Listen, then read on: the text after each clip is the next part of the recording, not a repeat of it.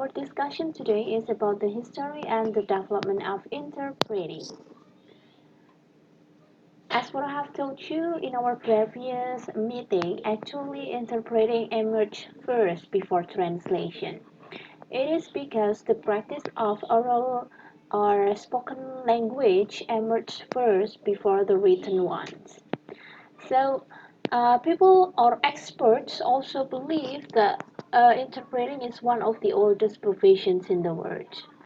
The assumptions that interpreting belongs to one of the oldest professions in the world is because the use of oral activities in transferring messages or in communication from one tribes to others.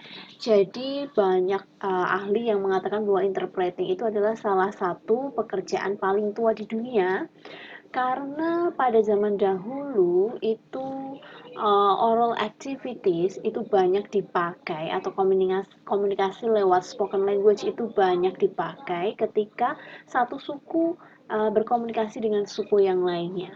Now, the early occurrence of interpreting could be sign language interpreting, in which various tribes with different languages communicate each other.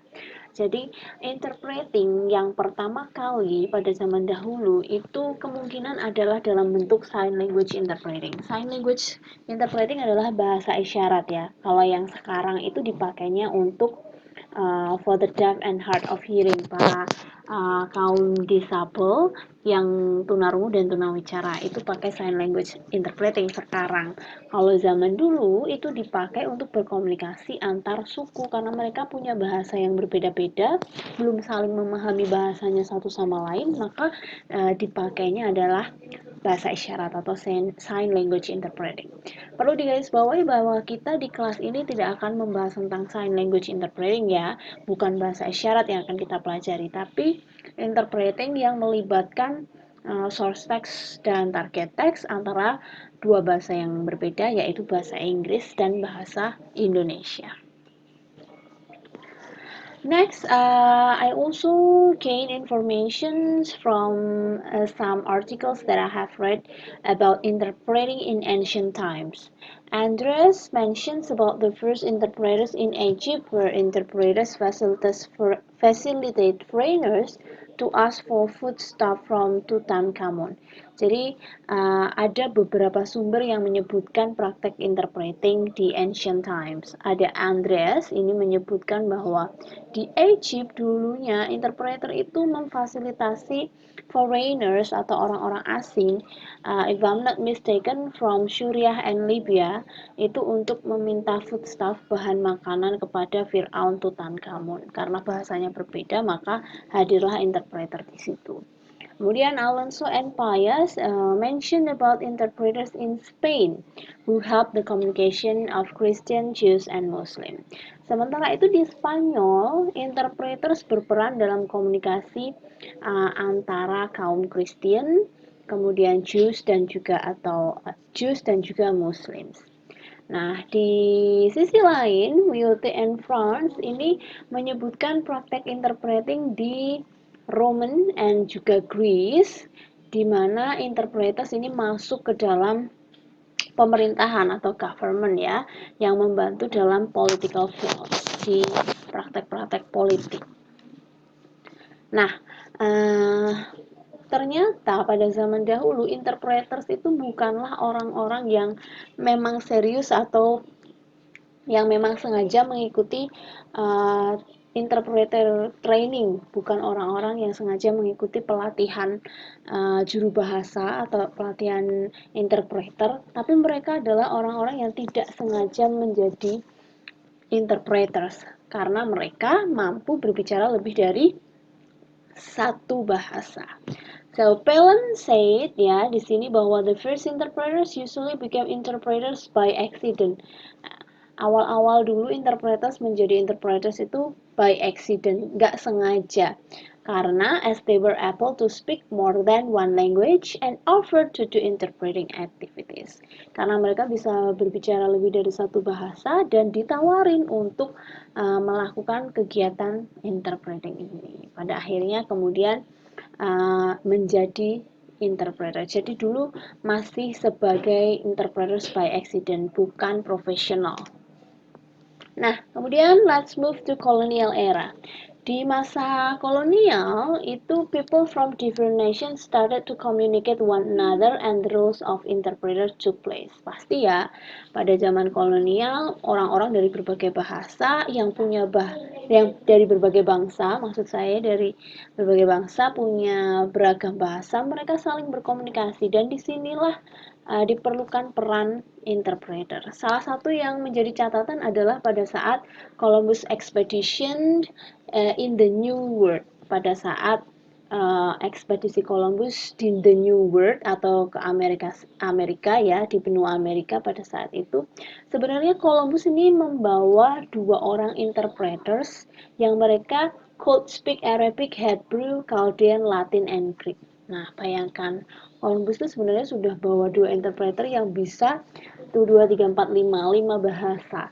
Tapi ketika sampai di benua Amerika, ternyata 2 interpreters ini nggak ada gunanya.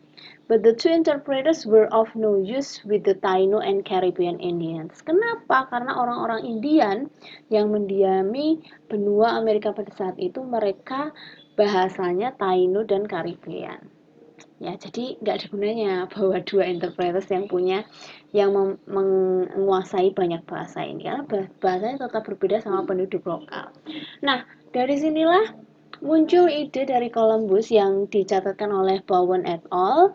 Ini mengatakan bahwa pada saat itu muncullah pemikiran dari Columbus bahwa ketika dia kembali ke Spanyol, dia membawa beberapa orang Indian dibawa ke Spanyol dan disuruh untuk learn Spanish, untuk belajar bahasa Spanyol, so that they could help him communicate with the indigenous when he travel back to Central America.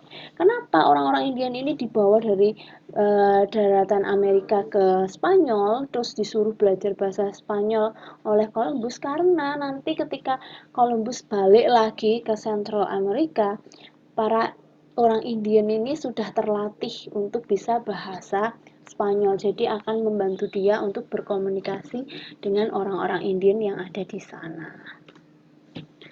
Nah, kemudian kita masuk ke perkembangan dari interpreting. The early conference interpreting. Conference interpreting sini refers to interpreting activities that happens in a conference.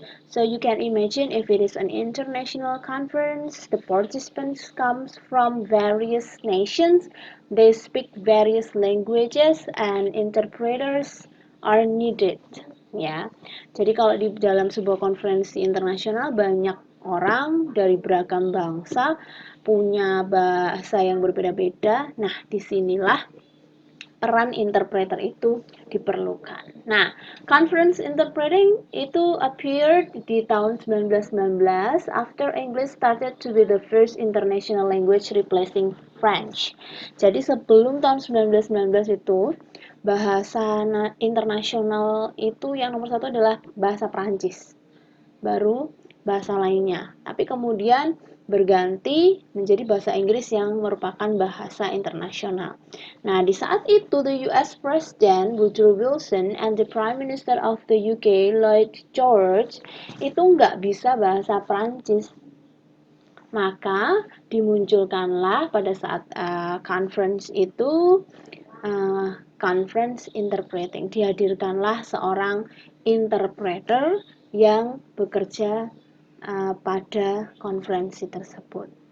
Nah, caranya adalah dengan model consecutive interpreting. Jadi ada consecutive interpreting dan ada simultaneous interpreting. Nanti yang akan dibahas di kelompok-kelompok berikutnya saat presentasi kalian. Consecutive interpreting adalah yang seperti di Miss Universe saya contohkan kemarin ya. Jadi speaker akan berbicara, kemudian berhenti, diterjemahkan oleh interpreter, interpreter berhenti, kemudian speaker berbicara lagi, stop, kemudian interpreter menerjemahkan, stop, begitu seterusnya.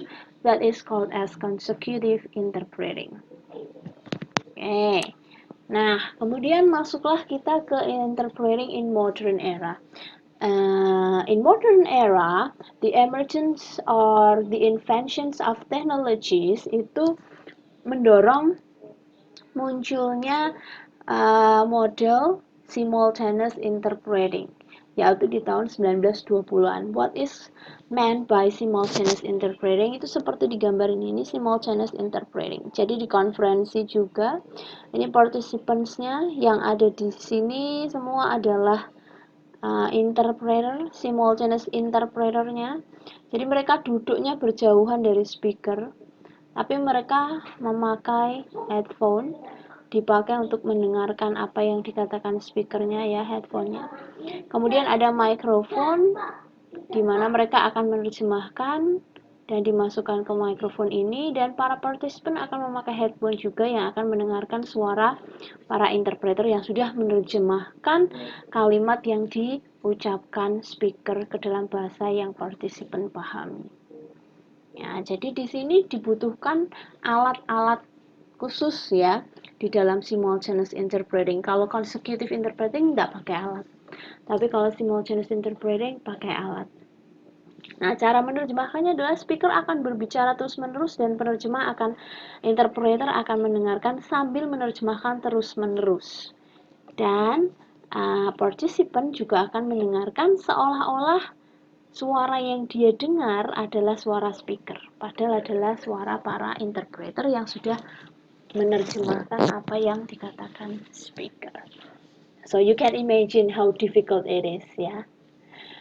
Nah, mulai pada saat itu, interpreters kemudian berevolusi menjadi sebuah pekerjaan yang prestisius, which is considered as a vital agent in international meeting, yang merupakan pihak yang sangat penting dalam pertemuan internasional.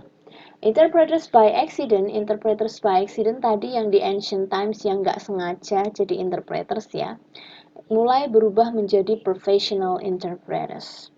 There are also establishments, kemudian ada juga kemunculan interpreting training, interpreting organizations, as well as the idea of founding interpreting course in universities. Okay, so I think that's all for the history and the development of interpreting. If you have questions, then you can discuss with me in our WhatsApp group. Assalamualaikum warahmatullahi wabarakatuh.